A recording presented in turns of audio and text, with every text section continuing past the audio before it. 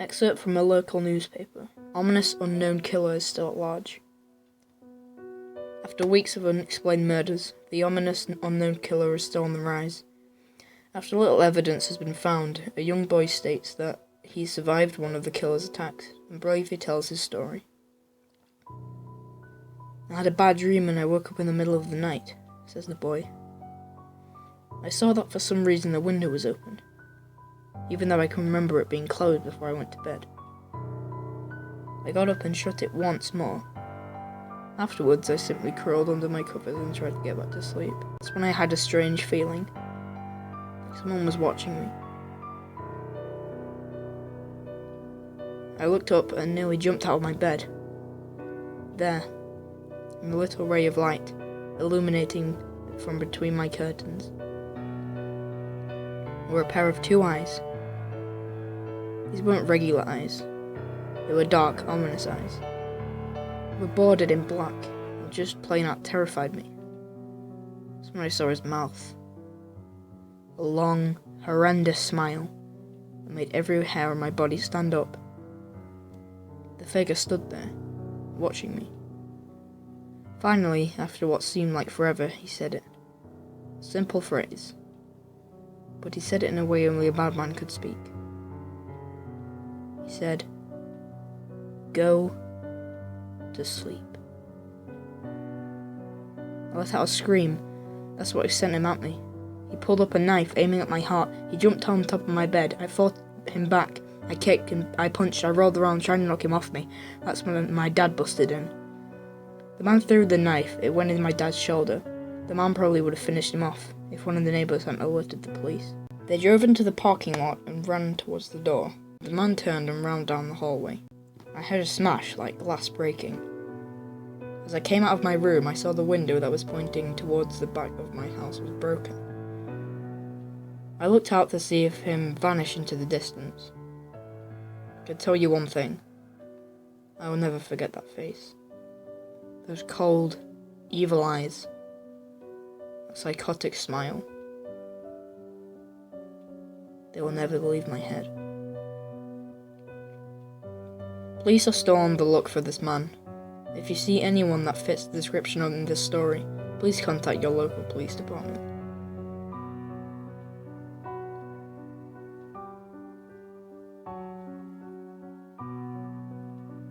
Jeff and his family had just moved into a new neighborhood.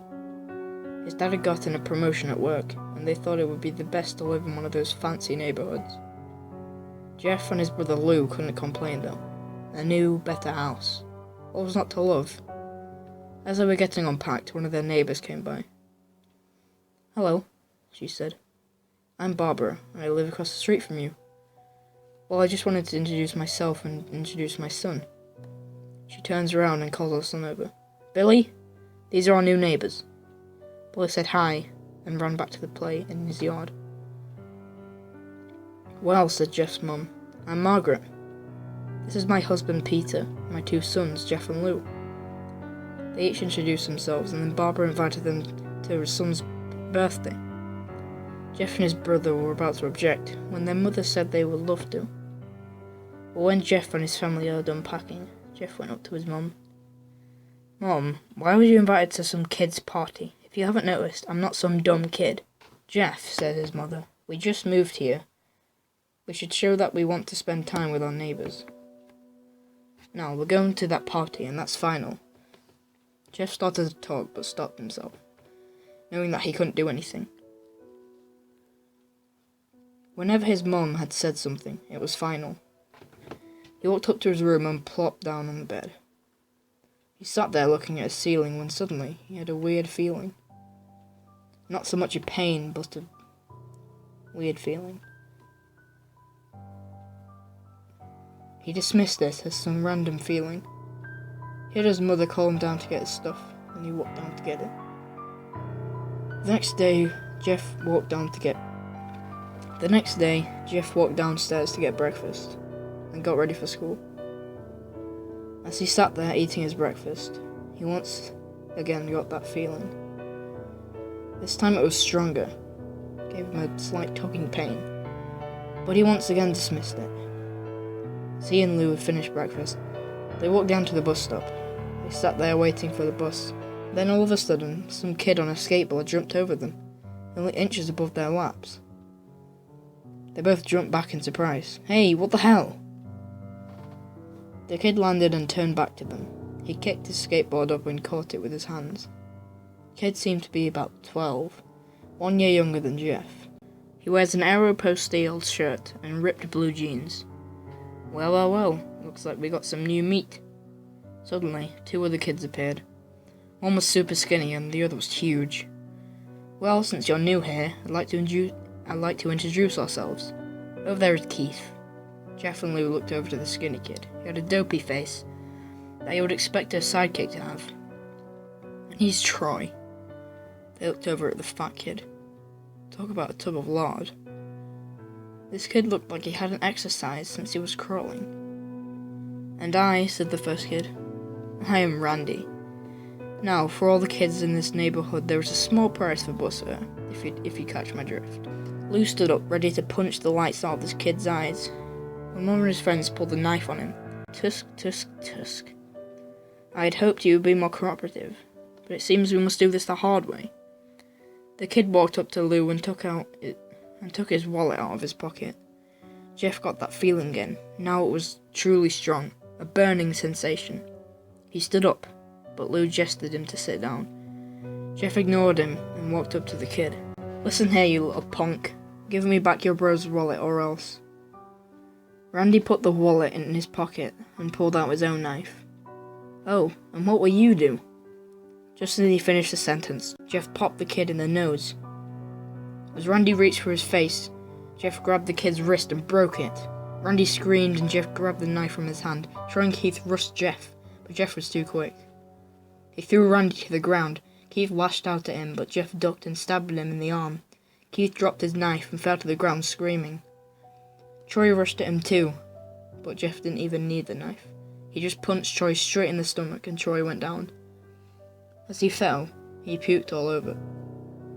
Lou could do nothing but look in amazement at Jeff. "Jeff, how'd you..." That was all he said.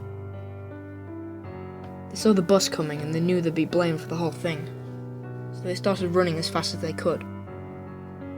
As they ran, they looked back and saw the bus driver rushing over to Randy and the others. As Jeff and Lou made it to school, they didn't dare tell what happened. All they did was sit and listen. Lou just thought of that as his brother beating up a few kids, but Jeff knew it was more. It was something scary. As he got that feeling, he felt how powerful it was. The urge to just hurt someone. He didn't like how it sounded, but he couldn't help feeling happy. He felt that strange feeling go away, and stay away for the entire day of school. As he even walked home due to the whole thing near the bus stop, and how now we probably wouldn't be asking to take the bus anymore. He felt happy. When he got home, his parents asked him how his day was, and he said in a somewhat ominous voice, "It was a wonderful day." Next morning, he heard a knock at his front door. He walked down to find 2 police officers at the door, his mother looking back at him with an angry look. "Jeff, these officers tell me that you attacked 3 kids. That wasn't even a regular fighting. They were stabbed. Stabbed, son." Jeff's gaze fell to the floor, showing his mother that it was true. "Mom, they were the ones who pulled the knives on me and Lou." "Son," said one of the cops, "we found 3 kids, 2 stabbed, 1 just having a bruise on his stomach. And we have witnesses proving that you fled the scene. Now what does that tell us?" Jeff knew it was no use. He could say him and Lou had been attacked. There was no proof of it. They couldn't say that they weren't fleeing, because truth be told they were. So Jeff couldn't defend himself or Lou. "Son, call down your brother."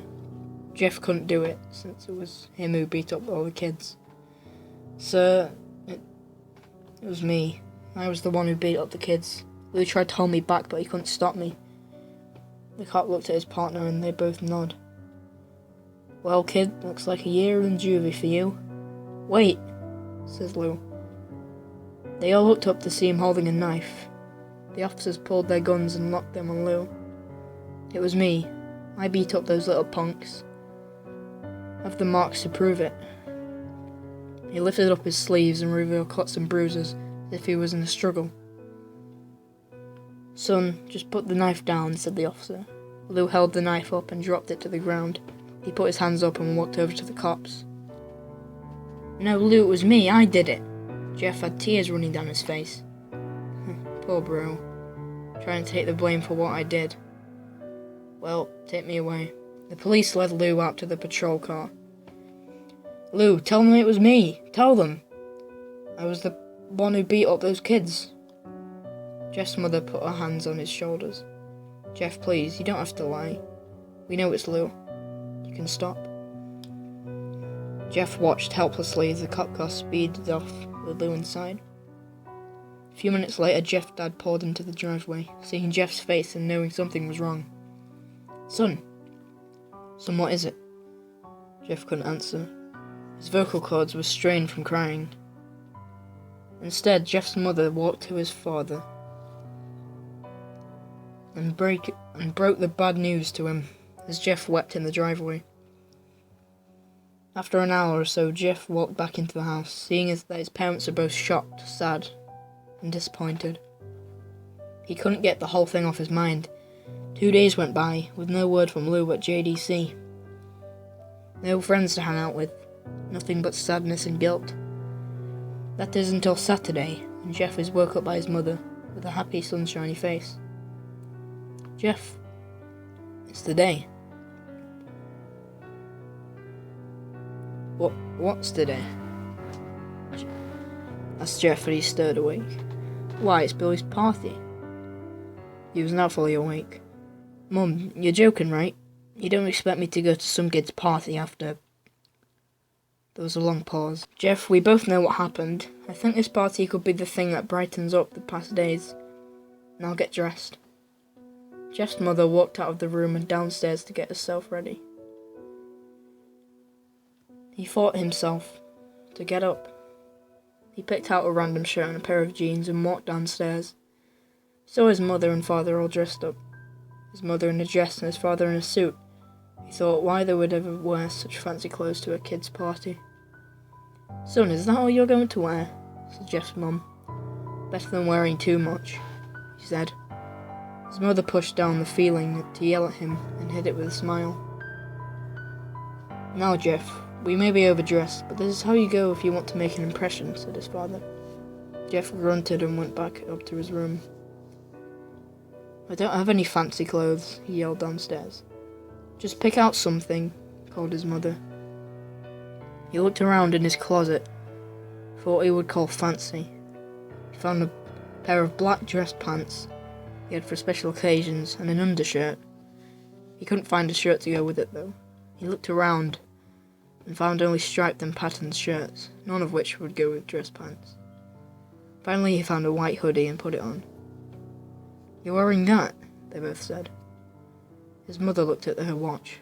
Oh, no time to change, let's just go, she said as she herded Jeff and his father down out the door. They crossed the street over to Barbara and Billy's house. They knocked on the door and at it appeared that Barbara, just like his parents, way overdressed. As they walked inside, all Jeff could see were adults, no kids. The kids are out in the yard, Jeff. How about you go and meet some of them? Said Barbara. Jeff walked outside to a yard full of kids. They were running around in weird cowboy costumes and shooting at each other with plastic guns. Might as well be standing in Toys R Us. Suddenly a kid came up to him and handed a toy gun and that. Hey, wanna play? He said. Ah, no kid, I'm way too old for this stuff. The kid looked at him with that weird puppy dog face. Please? Said the kid. Fine, said Jeff. He put on the hat and started to pretend to shoot at the kids. At first he thought it was totally ridiculous, but then he started to actually have fun. It might not have been super cool, but it was the first time he had done something that took his mind off Lou. So he played with the kids for a while until he heard a noise. A weird rolling noise, almost like a skateboard. Then it hit him. Randy, Troy, and Keith all jumped over the fence on their skateboards. Jeff dropped the fake gun and ripped off the hat. Randy looked at Jeff with a burning hatred. "Hello, Jeff, is it?" he said. "We have some unfinished business." Jeff saw his bruised nose. "I think we're even. I beat the crap out of you, and you got my brother sent to JDC. Randy got an angry look in his eyes. "Oh no, I don't go for even. I go for winning. You may have kicked our asses that one day, but not today." As he said that, Randy rushed at Jeff. They both fell to the ground. Randy punched Jeff in the nose, and Jeff grabbed him by the ears and headbutted him. Jeff pushed Randy off him, and they both rose to their feet. Kids were screaming and parents were running out of the house. Troy and Keith both pulled guns out of their pockets. "No one interrupts us or guts will fly," they said. Randy pulled out a knife on Jeff and stabbed him in the shoulder. Jeff screamed and fell onto his knees.